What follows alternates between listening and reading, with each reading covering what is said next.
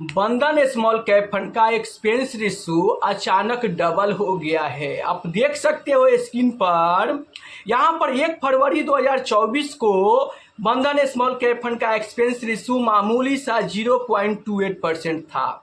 और यहीं पर अगर मैं 2025 की बात करूं तो आप देख सकते हो 2025 में बंधन स्मॉल कैप फंड का एक्सपेंस रेशियो 0.35% था। और 26 आते आते आप बंधन स्मॉल कैप फंड का एक्सपेंस रेशियो देख सकते हो 0.75% ग्रो एप्स में दिखा रहा है।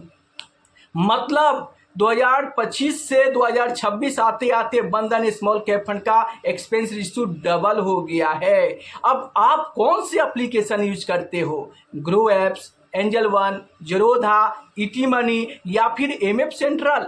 आप अपनी ऐप्स में देखकर और कमेंट में बताओ कि बंधन स्मॉल कैप फंड का एक्सपेंस रेशियो आपके एप्लीकेशन में कितना दिखा रहा है। मैं ग्रो एप्स पे देखकर और आपको बता रहा हूं। अब सबसे बड़ी सवाल ये आ रहा है कि बंधन स्मॉल कैप फंड का एक्सपेंस रेशियो डबल हो गया तो एसआईपी बंद कर दूं या कंटिन्यू करूं? तो देखिए, सबसे पहले आप इसके रिटर्न पे नजर डालिए। अगर मैं रिटर्न की बात करूं तो आप देख सकते हो यहाँ पर 5 साल में लगभग 24.5% का रिटर्न बनाकर दिया है।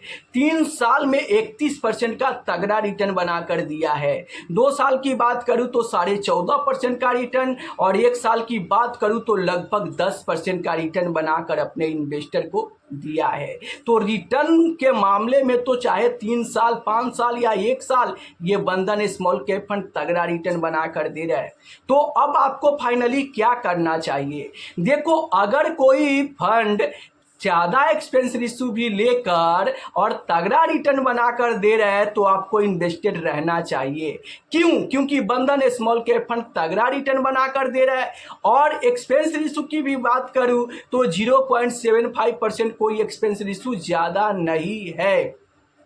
तो आपको इस फंड में इन्वेस्टेड रहना चाहिए, क्योंकि ये तगड़ा रिटर्न देने के साथ साथ एक्सपेंस रेशियो इतना चार्ज कर रहा है तो एक्सपेंस रेशियो भी सही है और रिटर्न भी बेहतर दे रहा है। तो अगर आपका एसआईपी इस फंड में चल रहा है तो आप अपने एसआईपी को कंटिन्यू कीजिए। अगर आपका लमसम करके इस फंड में रखे हो तो आप इन्वेस्टेड रहो, क्योंकि ये फंड बेहतर परफॉर्मेंस कर रहा है, शानदार रिटर्न बनाकर दे रहा है और थोड़ा एक्सपेंस रेशियो चार्ज भी करता है ना, तो कोई दिक्कत नहीं है, कोई प्रॉब्लम नहीं है, क्योंकि रिटर्न तगड़ा दे रहा है। मैं अगर आसान भाषा में आपको बताऊं तो अगर कोई फंड एक्सपेंस रेशियो लेकर तगड़ा रिटर्न बनाकर देता है तो कोई दिक्कत, कोई प्रॉब्लम नहीं है। प्रॉब्लम तब होती है जब कोई फंड तगड़ा एक्सपेंस रेशियो ले और रिटर्न बेहतर बनाकर ना दे। जैसे मैं Aditya Birla Sun Life small cap fund की बात करूं तो इस फंड में आप देख सकते हो 10 साल में ये फंड अपने कैटेगरी एवरेज रिटर्न से कम रिटर्न बना कर दिया है।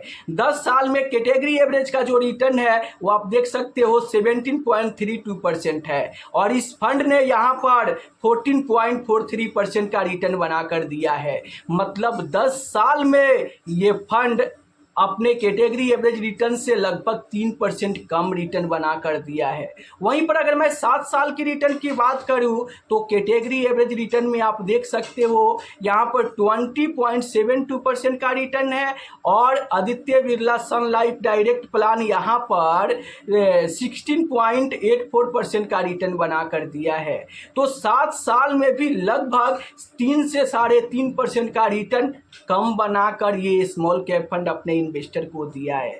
अगर मैं 5 साल की रिटर्न की बात करूं तो आप स्क्रीन पर देख सकते हैं कैटेगरी एवरेज रिटर्न जो है वो 19% का है, और यहां पर इस फंड ने 16.19% का रिटर्न बनाकर दिया है। तो यहां पर सीधे 3% रिटर्न कम बनाकर दिया है। तो Aditya Birla Sun Life direct plan small cap fund ये 10 साल, 7 साल, 5 साल, हर एक साल में अपने कैटेगरी एवरेज रिटर्न से 3 से 4% रिटर्न कम बनाकर दे रहा है। तो एक तो रिटर्न के मामले में पिछड़ रहा है, लगातार पिछड़ रहा है, 10 साल, 7 साल और 5 साल, और एक्सपेंस रेशियो तगड़ा चार्ज कर रहा है। जी हाँ, आप स्क्रीन पर देख सकते हो, ये Aditya Birla Sun Life small cap fund direct plan का एक्सपेंस रेशियो है, आप देख सकते हो 0.93%।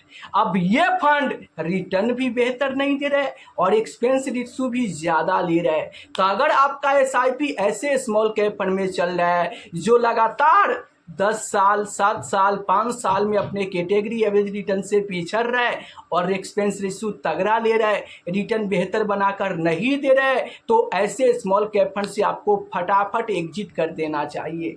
क्यों? क्योंकि ये खर्चा तो तगड़ा ले रहे हैं लेकिन रिटर्न उतना बनाकर नहीं दे रहे हैं जिसके चलते आपका गोल पूरा हो, जिसके चलते आपका पहला 1 करोड़ बन जाए। अगर आपका SIP Aditya Birla Sun Life small cap fund में चल रहा है तो ये आपके गोल से भटका सकता है। ये आपका पहला 1 करोड़ बनाने में हो सके कि 3 साल 4 साल लेट आपको यहाँ पर बनते हुए देखे।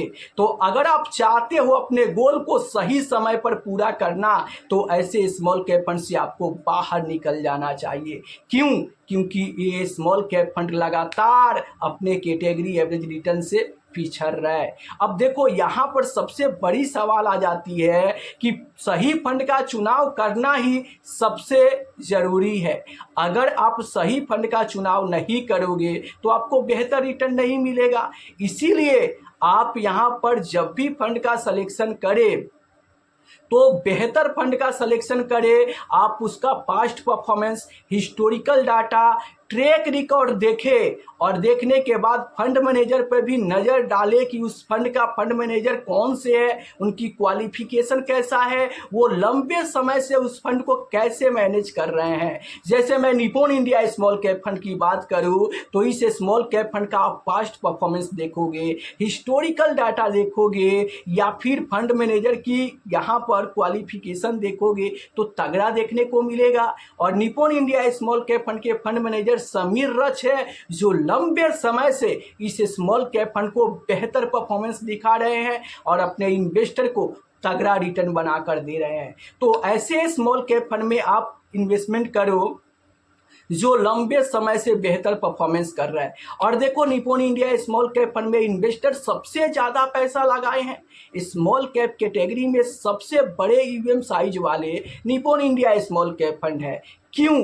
क्योंकि इस फंड का लंबे समय से परफॉर्मेंस काफ़ी स्ट्रॉन्ग देखने को मिल रहा है और इस फंड के फंड मैनेजर समीर राज काफ़ी अच्छे से अपने फंड को मैनेज करके और शानदार रिटर्न बनाकर इन्वेस्टर को दे रहे हैं, जिसके चलते इन्वेस्टर का विश्वास काफ़ी ज़्यादा बढ़ते जा रहा है और इस फंड में इन्वेस्टर भर भर के पैसा लगा रहे हैं, जिसके चलते इस फंड का EUM साइज 72,000 करोड़ से ऊपर जा चुका है।